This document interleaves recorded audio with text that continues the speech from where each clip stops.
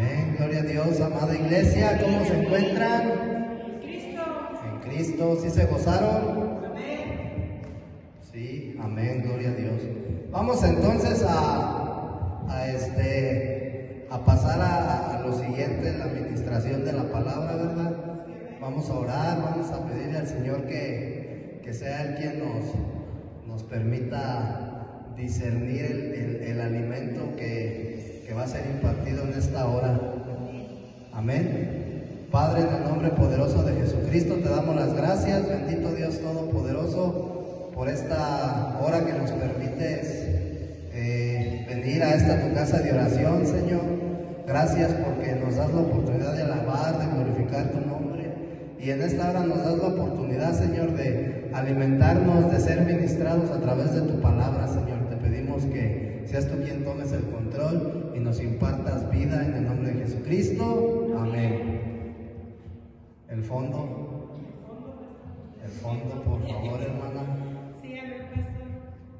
Gloria a Dios. Entonces, vamos a ver un poco el propósito de Dios, ¿verdad?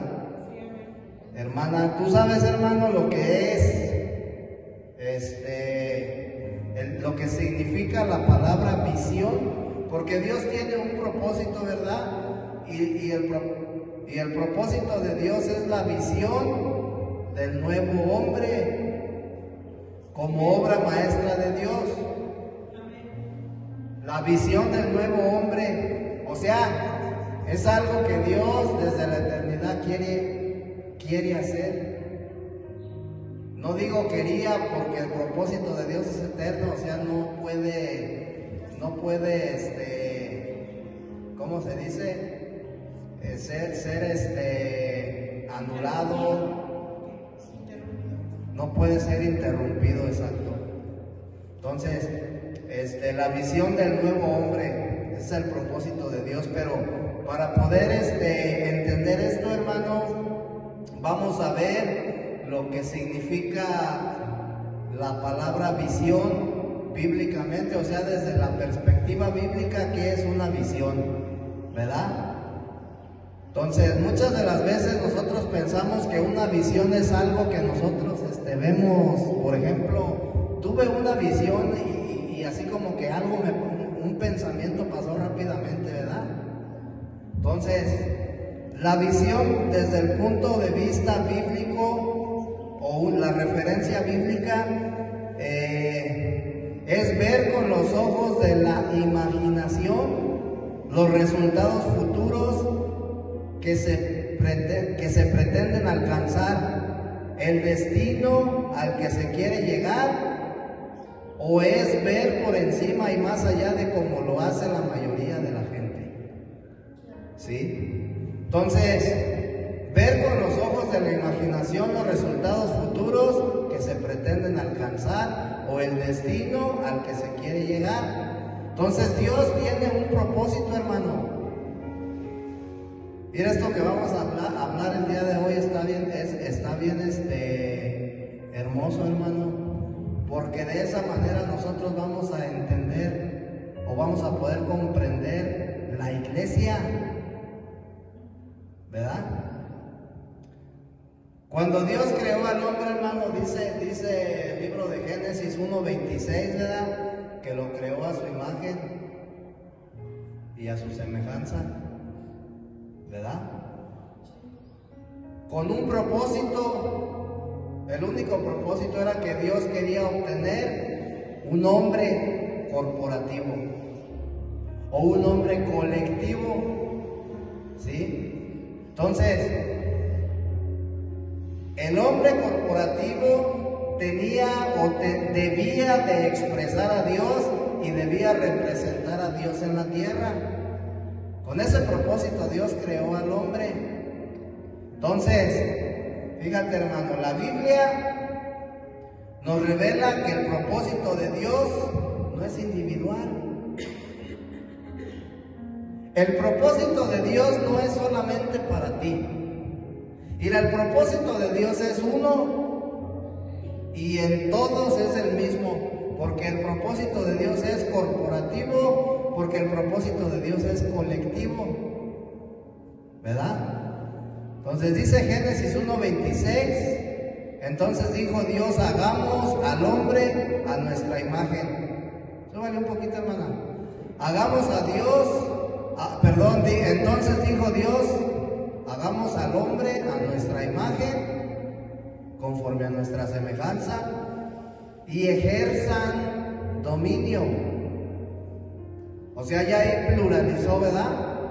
Primero dijo, hagamos al hombre conforme a nuestra imagen y conforme a nuestra semejanza, y ejerzan, no dice ejerza, y ejerzan dominio sobre los peces del mar, sobre las aves de los cielos, sobre el ganado, sobre toda la tierra y sobre todo lo que se arrastra sobre la tierra. Amén. Entonces, cuando Dios crea a Adán, hermano, Dios no lo creó como un solo y único hombre. Cuando Dios creó a Adán, Dios lo creó como una entidad colectiva, ¿sí? Como una entidad corporativa, porque en Adán se encontraba toda la humanidad, ¿sí? Cuando Dios creó al hombre, no creó muchos hombres, creó uno solo y en él depositó toda la humanidad, porque toda la humanidad desciende de Adán, ¿sí? Entonces Dios crea a un Adán colectivo, amén. Entonces de él iba a descender toda la raza humana, amén. Entonces, ¿qué quiere decir esto, hermano? Que cuando Dios crea al hombre, lo crea corporativo, a su imagen y a su semejanza. Porque el propósito de Dios no era que solamente Adán fuera a su imagen y a su semejanza, sino toda su descendencia. ¿Sí? Toda la humanidad. Ese era el anhelo, el deseo de Dios, que toda la humanidad fuera a la imagen y a la semejanza de Dios. Fíjate, si el hombre, o sea, si Adán hubiera comido del árbol de la ciencia del conocimiento, hubiera comido del árbol de la vida, ¿sí? Toda la humanidad hubiera expresado desde el principio a Dios y hubiera ejercido su dominio, ¿sí? Entonces, si tú te das cuenta, el propósito de Dios era crear una entidad corporativa. El propósito de Dios desde Adán era crear un cuerpo, ¿sí? Pero como Adán desobedece a Dios, ¿verdad? Entonces en Adán, hermano, se convirtió en el cuerpo de Satanás. Hermano, Satanás también tiene un cuerpo. Así como Cristo, así como Dios tiene un cuerpo, como Cristo tiene un cuerpo, Satanás tiene un cuerpo. ¿Quién es la cabeza del cuerpo de Satanás? Adán. Él es la cabeza, porque en Adán toda la humanidad está caída, está muerta. Entonces, la cabeza es Adán y el cuerpo es todos los hijos de desobediencia. En Cristo, o sea, en el nuevo hombre, la cabeza es Cristo y todos los creyentes son el cuerpo. ¿Sí? Satanás siempre va a imitar a Dios, siempre lo ha imitado. Entonces cuando el diablo, cuando el enemigo de Dios engaña a Eva, ¿verdad? Cuando la seduce, el propósito de él era precisamente introducir su naturaleza en él y en ella, para que toda la descendencia, para que toda la raza humana, ¿sí?, adquiriera la naturaleza caída de Satanás. Y de esa manera él iba a poder formar un cuerpo, ¿sí?, en la tierra. Porque pensaba que de esa manera el propósito de Dios se iba a ser destruido, ¿verdad? Entonces, cuando Dios crea a Adán, entonces lo crea colectivamente, porque en Adán fue depositada toda la raza humana, ¿sí?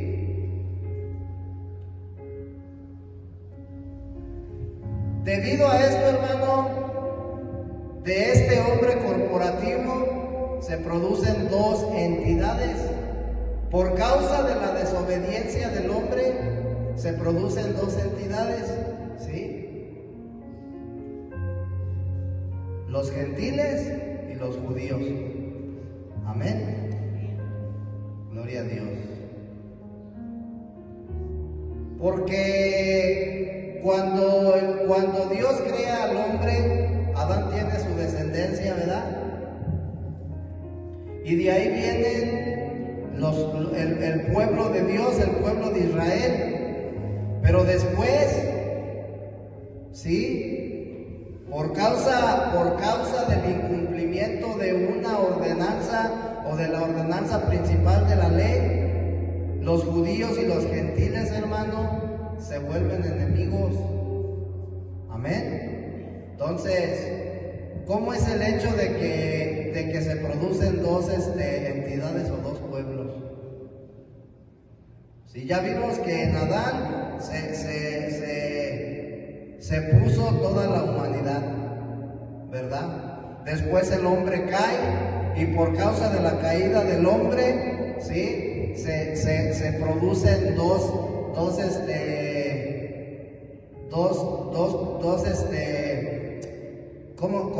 ¿cómo se me fue la palabra? Dos entidades, tanto los judíos como los gentiles, ¿sí? Entonces, entre los judíos y los gentiles había una enemistad. ¿Por qué? Fíjate, cuando el hombre cae, Dios le da la ley al hombre, ¿sí? Y en la ley había una ordenanza que era la ordenanza, es decir, lo más importante, ¿sí?, que era la circuncisión.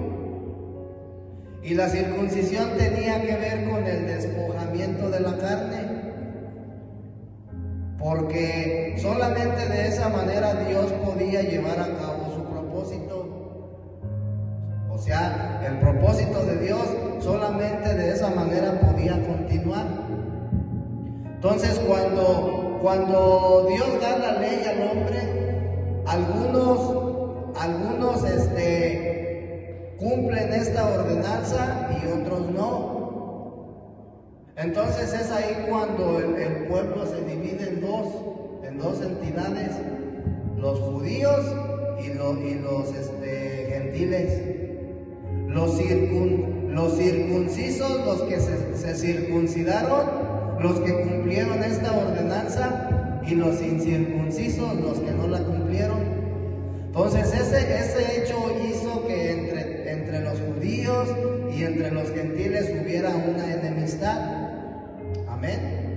Entonces, ahora por medio de Cristo, quien es el Redentor, ¿sí?, es la única manera en que el vínculo de la unidad vuelva a hacer que estas dos entidades se vuelvan a unir y vuelvan a ser una sola. Amén. Entonces, Cristo a través de su redención, hermanos, completa, porque Cristo cuando él lleva a cabo su redención, la lleva a cabo completamente. Entonces, a través de su redención trae paz, trae armonía y hace que estas dos entidades sean una.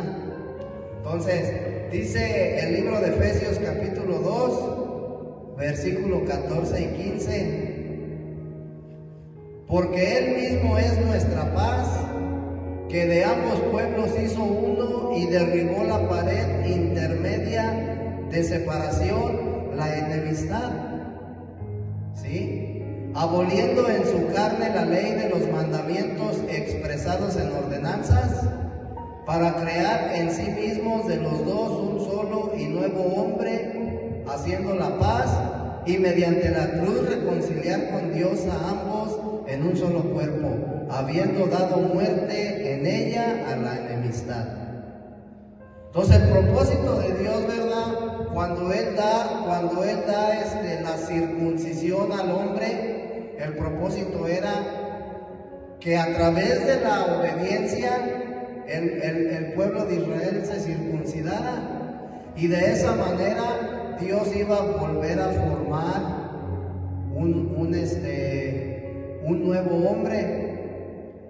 Pero como hubo desobedientes, el propósito no se puede cumplir todavía. Amén. Entonces, el día de hoy, a través de la redención de Cristo, se hace posible la edificación de ese nuevo hombre, ¿sí? Y ahora ese nuevo hombre es la iglesia de Cristo. Si tú te preguntas, porque dice la Escritura que Jesucristo está sentado a la diestra del Padre, ¿verdad? ¿Y eso qué? O sea, ¿tú qué entiendes por eso? O sea, está sentado a la diestra del Padre, pues está descansando, ¿no? Está de a jefe, pero la realidad es que sí está sentado a la diestra del Padre, pero también el día de hoy Cristo está en nosotros como Espíritu Santo. El día de hoy el Señor Jesús está sentado a la diestra del Padre, pero también está llevando a cabo su plan eterno a través del Espíritu Santo, porque está edificando una nueva entidad, un nuevo hombre. Amén. Dice Colosenses capítulo 3, versículo 9 al 11. No mintáis los unos a los otros, habiéndoos despojado del viejo hombre con sus prácticas, y vestidos del nuevo, el cual conforme a la imagen del que lo creó se va renovando hasta el conocimiento pleno, donde no hay griego ni judío, circuncisión ni incircuncisión, bárbaro, escita, esclavo ni libre, sino que Cristo es el todo y en todos. Entonces, a través de la redención queda nulo, ¿verdad? Esa enemistad que había entre judíos y gentiles. Y entonces dice el apóstol Pablo, ahora en Cristo ya no hay judío ni gentil. Ahora en Cristo ya no hay circuncisión ni incircuncisión. Ya no hay bárbaro, ya no hay escita, ya no hay ni esclavo ni libre, sino que Cristo es el todo y en todos. Entonces, ahora la iglesia como nuevo hombre en la nueva creación lleva la imagen y la expresión de Dios. Entonces, ¿cuál es el propósito? ¿Por qué Dios desea que nosotros nos desarrollemos en nuestra vida espiritual? Porque solamente de esa manera la iglesia va a poder cumplir el propósito de Dios. ¿Con qué finalidad Dios está edificando la iglesia? ¿O con qué finalidad Dios está edificando un cuerpo? ¿Con qué finalidad está edificando el cuerpo de Cristo? Para que este cuerpo exprese y represente a Dios en la tierra, para que ejerza su dominio. Amén. Entonces, el día de hoy el Señor está haciendo, o Dios a través de Jesucristo está haciendo un nuevo hombre. Porque en Adán no se cumplió el propósito, pero en Cristo sí. Adán, por así decirlo, fracasó, pero Cristo venció. Y Cristo entonces está llevando a cabo el plan y el propósito de Dios. ¿Por qué Dios necesita un cuerpo para la cabeza? Mira, hermano, cuando la Biblia habla de un hombre corporativo, cuando la Biblia habla, tenemos que entender esta parte. En Cristo dice que no hay ni judío ni gentil. ni circuncisos ni incircuncisos, dice que todos somos en Cristo, dice el apóstol Pablo, que Cristo es el todo y en todos. Es decir, que en Cristo hay una unidad corporativa, ¿sí? Entonces, como nosotros en Cristo estamos unidos, el propósito de Dios no es solamente para mí, sino para todo el cuerpo de Cristo. El que debe de pelear la pelea, el que debe de pelear la pelea, es todo el cuerpo, no solamente yo. El que debe de vencer es todo el cuerpo, no solamente yo. El que debe de hacer guerra espiritual es todo el cuerpo de Cristo, no solamente yo, porque Él es un cuerpo, ¿sí? Entonces, todo el cuerpo de Cristo dice que tiene que tener la misma mente, el mismo hablar, el mismo pensar. Amén. Entonces, ¿por qué Dios quiere crear un cuerpo? ¿Por qué Dios está formando un cuerpo? Porque por medio de este cuerpo, hermano, Dios vence a su enemigo. Porque por medio de este cuerpo se ejerce, ¿sí? El dominio, se ejerce y la autoridad de Dios. Amén. Entonces, ¿por qué es necesario que Dios forme un cuerpo? Porque el cuerpo de Cristo es para el beneficio del reino de Dios. Dice Efesios capítulo 6, versículo 11 al 13. Dice: vestidos de toda la armadura de Dios, para que podáis estar firmes contra las estratagemas del diablo.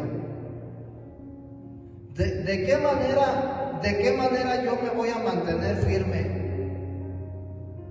Dice que necesito vestirme de toda la armadura de Dios para poder estar firme en mi vida cristiana, en mi caminar. Para que no haya un desánimo en mi vida, un desánimo espiritual en mi vida, necesito ponerme la armadura de Dios. Dice: vístanse. ¿Qué quiere decir esto, hermano? Que Dios le dio su armadura a la iglesia, pero no se la puso, ¿sí? Entonces nosotros tenemos que ponernos la armadura de Dios. Él ya no la dio, nos la tenemos que poner. Dice entonces: vestidos de toda la armadura de Dios, para que podáis estar firmes contra las estratagemas del diablo. Porque no tenemos lucha contra sangre y carne, sino contra principados, contra autoridades, contra los gobernadores del mundo de estas tinieblas, contra huestes espirituales de maldad en las regiones celestes. Por tanto, tomad toda la armadura de Dios, para que podáis resistir en el día malo, y habiendo acabado todo, estar firmes. Entonces, ¿de qué manera yo voy a poder resistir las pruebas y todo lo que venga a mi vida? Poniéndome la armadura de Dios, ¿verdad? Para poder estar firme en el día malo. ¿Cuál es el día malo, hermano? Cuando te llega la prueba, cuando te llega la tribulación. Entonces, es ahí cuando yo tengo que estar vestido con la armadura de Dios, para que cuando me llegue la prueba, para cuando me llegue la tribulación, yo pueda resistir, yo pueda soportar y pueda mantenerme firme. Amén. Entonces, cuando nosotros vemos el libro de Efesios, hermano, en los 5 primeros capítulos, ¿sí?, nos presenta la iglesia de diferentes maneras, como la novia de Cristo, como el cuerpo de Cristo, ¿sí?, como el nuevo hombre. Pero en el libro de Efesios, en el capítulo 6, en este capítulo que nosotros acabamos de leer, ¿sí?, el apóstol Pablo nos presenta a la iglesia como un guerrero corporativo. Y este guerrero corporativo es el que pelea la guerra espiritual. Mira, hermano, nosotros no podemos hacer guerra solos, porque vamos a ser vencidos.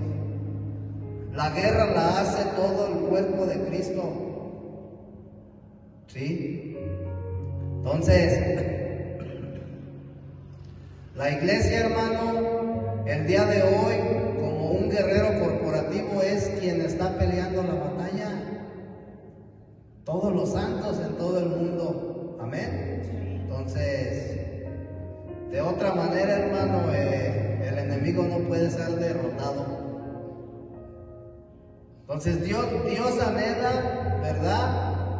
Que toda la iglesia, todo el cuerpo de Cristo lo exprese. ¿Sí? Por eso Él le dio su vida a su cuerpo, para que su cuerpo viva en esa vida. Amén. Entonces, ¿por qué es importante para Dios que el cuerpo de Cristo viva la vida, la nueva vida en Cristo? ¿Por qué es importante, hermano? Porque de esa manera Dios derrota a Satanás. Dios no se va a poner a pelear con Satanás, hermano. ¿Sí? Pero a través del nuevo hombre, ¿sí? ¿Cómo está formado el nuevo hombre? La cabeza es Cristo y nosotros somos el cuerpo. Entonces es una entidad, es un hombre corporativo. Este nuevo hombre, ¿sí?, necesita vivir la vida de Dios que se le ha sido dada para poder vencer al enemigo de Dios. Cada vez, hermano, que tú resistes la tentación, tú estás venciendo. ¿Sí? Cada vez que no resistes la tentación, tú no estás venciendo. Cada vez que tú superas la prueba, tú eres vencedor. ¿Sí? Y eso, o sea, vencer la prueba, dice Pedro que tiene como resultado una aprobación. ¿Por qué se llamará prueba? La Escritura llama pruebas, ¿verdad? Y tribulaciones. ¿Por qué a los problemas los llama prueba? Porque estás en un examen. Una prueba es un examen. ¿Sí? Entonces, si tú pasas esa prueba, si tú pasas ese examen, dice la Escritura que Dios te aprobará. Tenemos que salir aprobados.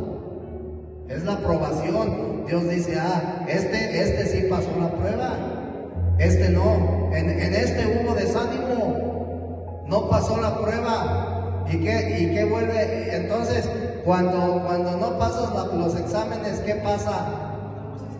Te lo vuelven a hacer de vuelta, ¿verdad?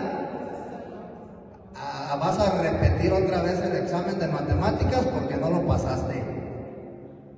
Y entonces viene otra prueba. Entonces el propósito de Dios es que a través de las pruebas, ¿verdad?, nosotros seamos aprobados, porque de esa manera el enemigo de Dios es vencido. Y esto es corporativamente, todos tenemos que ser aprobados. O sea, todos los santos, hermanos, que formamos el cuerpo de Cristo, tenemos que ser aprobados. Entonces, necesitamos vestirnos con la armadura de Dios para poder derrotar al enemigo de Dios. Para poder ser aprobado, para poder vencer, para poder pasar la prueba, necesito tener puesta la armadura de Dios. Entonces dice el Señor, vístanse, dice Pablo, vístanse con la armadura de Dios. O sea, no la traigo puesta, yo me la tengo que poner. ¿Sí? ¿De qué manera? ¿Cómo yo me visto? ¿Cómo yo me pongo la armadura de Dios? A través de la sujeción, a través del negarme a mí mismo, a través de la obediencia. Así es como yo me pongo la armadura de Dios. Y la armadura la tengo que traer completa, ¿verdad?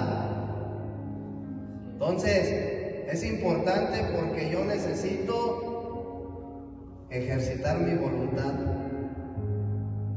Para poderme poner la armadura de Dios necesito ejercitar mi voluntad. Tengo que crecer en la voluntad de Dios. ¿Por qué? Porque a través de el ejercitar mi voluntad, ¿sí? Yo me pongo la armadura de Dios. Y entonces esto tiene que ver con el negarme a mí mismo, con la negación, y tiene que ver también con la obediencia que yo tenga a Dios, con la sujeción que yo tenga. Muchas de las veces, hermano, por eso andamos todos derrotados, porque no traemos puesta la armadura de Dios. Entonces, ese es un consejo. Si tú te das cuenta, ponerte la armadura de Dios, hermano, no es un consejo, es una ordenanza, es un mandamiento. Porque Dios quiere que tú seas un vencedor. Pero si yo no traigo puesta la armadura, ¿cómo voy a vencer? Entonces la armadura se compone de diferentes, de varias partes, ¿sí? Pero solamente una es para defenderse. Todo lo demás es para protegerme, pero solamente la espada es para defenderme. La palabra de Dios es para defenderme de los ataques del maligno. ¿Cómo se defendió el Señor Jesús de su enemigo en el desierto? Por medio de la palabra, ¿verdad? Que le dijo, no solo de pan vivirá el hombre. Entonces, pero las demás partes de la armadura, hermanos, sirven para protegernos, ¿sí? Entonces, ¿por qué tenemos que... ¿Te das cuenta de la importancia de tener puesta la armadura de Dios? Porque Satanás todo el tiempo está al acecho, todo el tiempo te está atacando, todo el tiempo te está lanzando dardos de fuego. Y la armadura sirve para protegerte,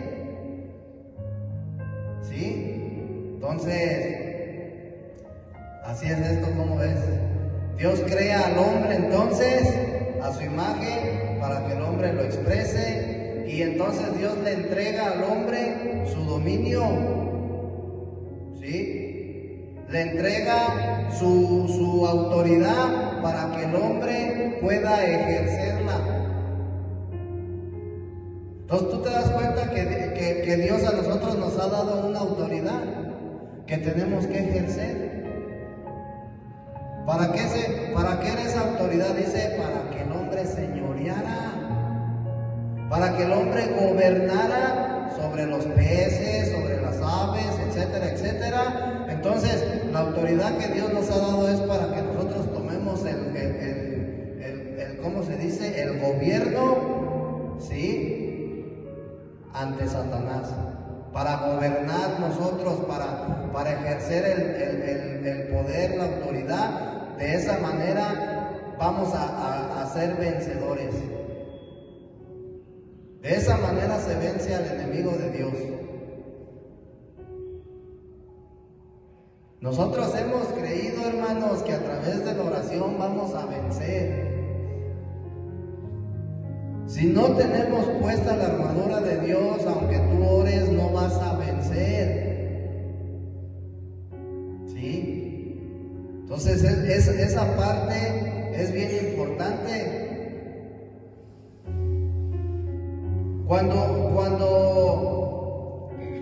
Fíjate, entonces, cuando el hombre desobedece a Dios, ¿sí? Él decide, hermano, en Babel, edificar una torre. Entonces decir, pero ¿qué tiene que ver una cosa con otra? Porque estábamos hablando, ¿verdad? Estamos hablando de que el nuevo hombre, ¿sí? En Cristo es la iglesia, el viejo hombre en Adán, ¿sí? Es toda la raza humana caída, los hijos de desobediencia, ¿verdad? Entonces, el propósito de Dios era hacer un nuevo hombre. Adán Adán no cumplió el propósito de Dios, y entonces por eso en Cristo se está llevando a cabo la edificación de ese nuevo hombre, ¿sí? Entonces, fíjate, cuando el hombre, mira, vamos a Génesis capítulo 11, versículo 5 al 9.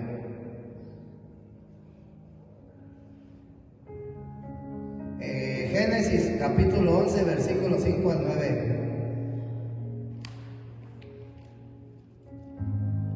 Dice: Jehová descendió para ver la ciudad y la torre que había edificado los hijos de los hombres. Y dijo Jehová: he aquí, son un solo pueblo, y todos tienen una sola lengua, y esto es solo el principio de lo que harán. Y ahora nada les detendrá de ejecutar lo que se propongan. Vamos, descendamos y confundamos allí su lengua, para que ninguno entienda las palabras del otro. Así que desde allí Jehová los dispersó por la faz de toda la tierra, y dejaron de edificar la ciudad. Por eso fue llamado el nombre de ella Babel, porque allí confundió Jehová la lengua de toda la tierra, y desde allí Jehová los dispersó por la faz de toda la tierra.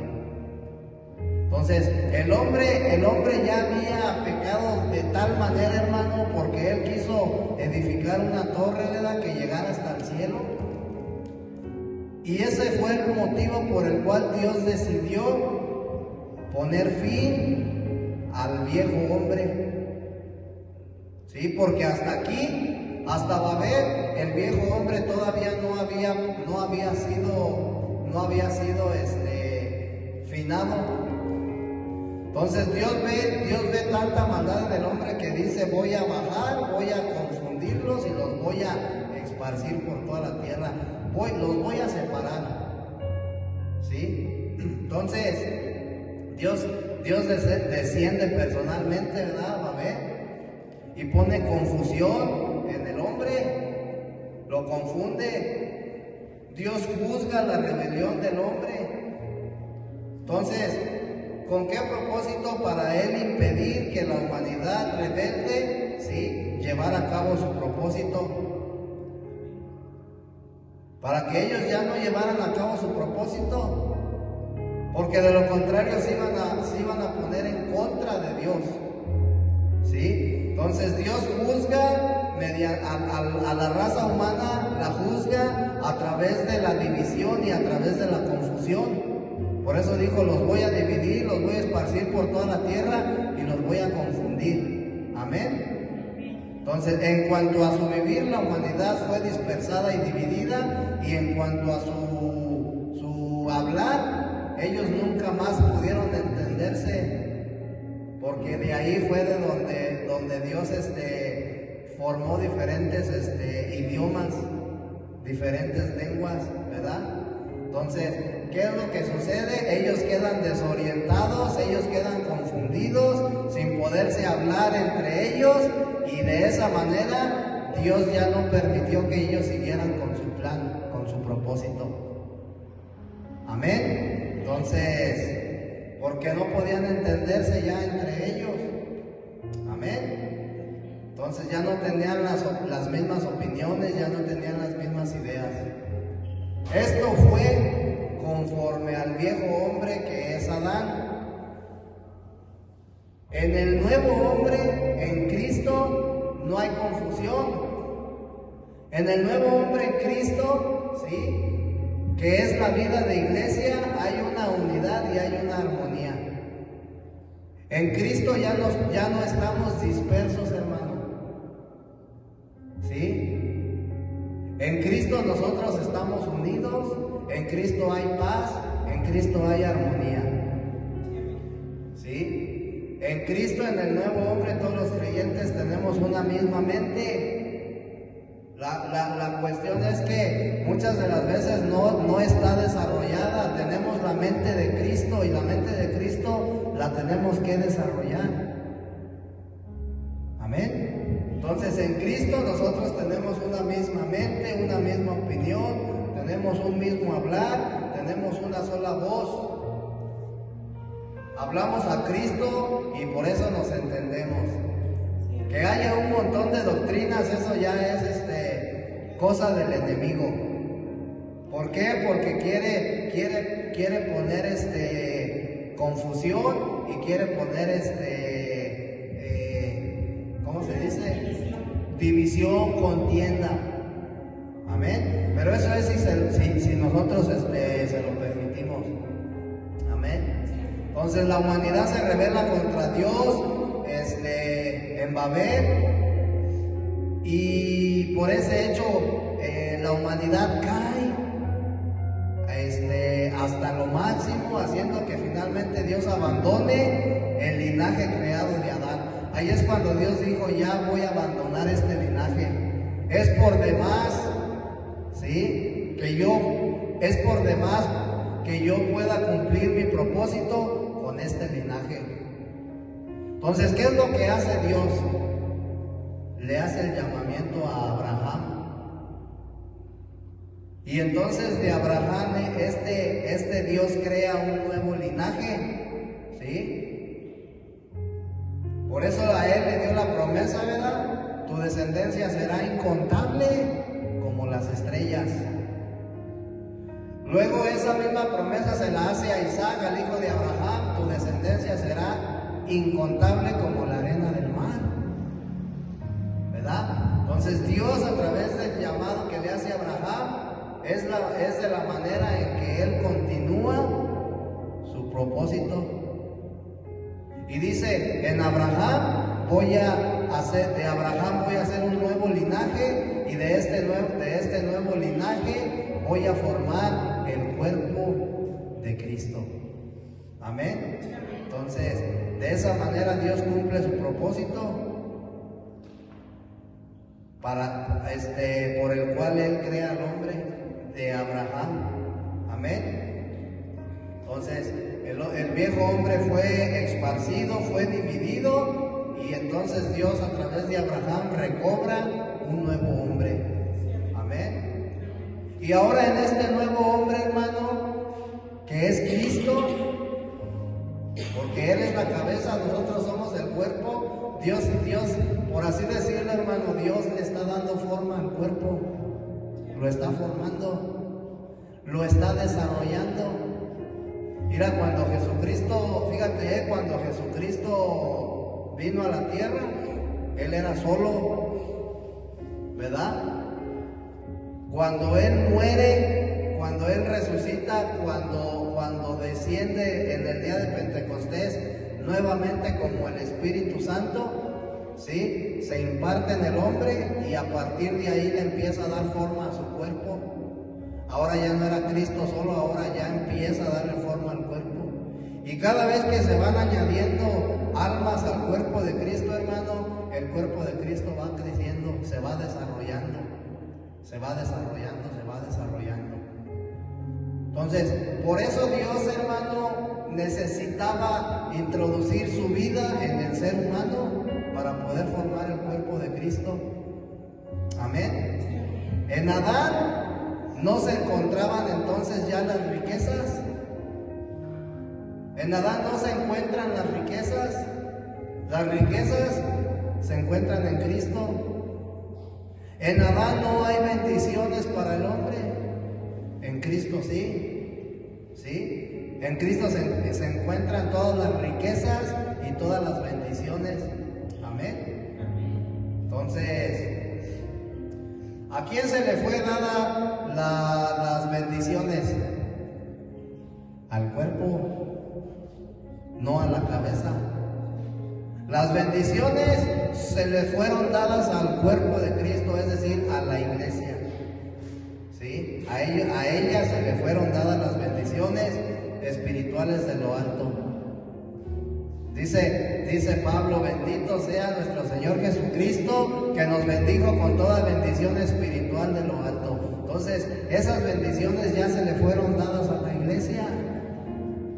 Ahora yo tengo que hacerlas vivas en mi vida. Amén. Entonces, si nosotros, hermano, somos el cuerpo de Cristo, entonces somos Cristo mismo. ¿Sí te das cuenta? Si nosotros como iglesia somos el cuerpo de Cristo, somos Cristo, porque tenemos a Cristo en nosotros. Ahora, ¿qué necesitamos, hermano, para vivir a Cristo? ¿Qué necesitamos? Negarnos y obedecer. Nada más. ¿Qué necesito para que las promesas que se encuentran en la Biblia, porque esas promesas, mira hermano, las promesas que están en Cristo son únicamente para la iglesia? Para los que estamos, los que formamos la iglesia, los que están fuera de la iglesia, no, y no nos referimos a las cuatro paredes, ¿verdad? Sino al cuerpo de Cristo. Las bendiciones son para nosotros, ¿sí? ¿Qué necesito entonces yo para vivir, para que estas bendiciones puedan ser apropiadas a mi vida? Necesito negarme todos los días. Necesito obedecer. Necesito, dice Pablo, que necesitamos sabernos dirigir en la casa de Dios, porque ya fuimos introducidos a la casa de Dios. Tenemos que saber vivir en la casa de Dios, y si no sabemos, pues vamos a enseñarnos a vivir. Vamos a enseñarnos cómo se debe de vivir. Ahí está el molde, el modelo Cristo, ¿verdad? Entonces, pero la clave de todo, hermano, es que todo creyente tiene que traer puesta la armadura, ¿sí? Esa es una parte bien fundamental en nuestra vida, hermano. Dice Pablo, vístanse con toda la armadura de Dios. Vístanse. Entonces, cada vez que yo, ¿cómo se dice? Quiera ponerme con Sansón a las patadas, hermano, si yo no traigo esa armadura, voy a ser derrotado, voy a ser vencido. Y eso es lo que Pablo nos aconseja. Entonces, es importante, hermano, que nosotros entendamos lo que Dios está haciendo a través del Espíritu Santo en nosotros. Y si nosotros nos damos cuenta, el propósito de Dios, hermano, no tiene nada que ver con lo que nos han enseñado en las religiones. El propósito de Dios, porque dice la gente que Dios está en todos lados. ¿Sí será cierto? Dice que Dios está, la creación de Dios está en todos lados, pero Dios viene a ser morada, ¿verdad?, en el hombre. ¿En dónde está Dios? En la iglesia, en su casa. Dice Génesis 28, después de que Jacob tuvo un sueño, dice que cuando se levantó, él se levantó porque soñó. Dice que en el sueño él vio una visión, que descendió una escalera del cielo y se apoyaba en la tierra, y dice que él veía descender y subir ángeles por esa escalera. Y cuando él despierta así como sacado de onda, como espantado, y dice que a ese lugar lo llamó Betel, que significa casa de Dios y puerta del cielo. Pero ya en Génesis 35, cuando él levanta nuevamente un altar, ¿sí?, lo nombra el Betel. Ya no es Betel nada más, sino le agregó la palabra él. Entonces Betel significa la casa de Dios y puerta del cielo. Pero el Betel, hermano, ¿sí?, significa el Dios de la casa de Dios. Esa palabra él significa el Dios, Betel, de la casa de Dios. Entonces, ¿te das cuenta que Dios está en su casa? Dios está en la iglesia, no está en todos lados, ¿verdad? A donde va la iglesia, hermano, ahí está Dios. Y la iglesia es donde están dos o tres reunidos en su nombre. Y si allá enfrente, allá en la otra esquina están dos o tres reunidos en su nombre, ahí está Dios. ¿Sí? Si aquí están dos o tres reunidos en su nombre, aquí está Dios. Amén. Vamos a ponernos de pie entonces, hermanos, para hacer una oración. Nos apoya, hermana Monse, por favor.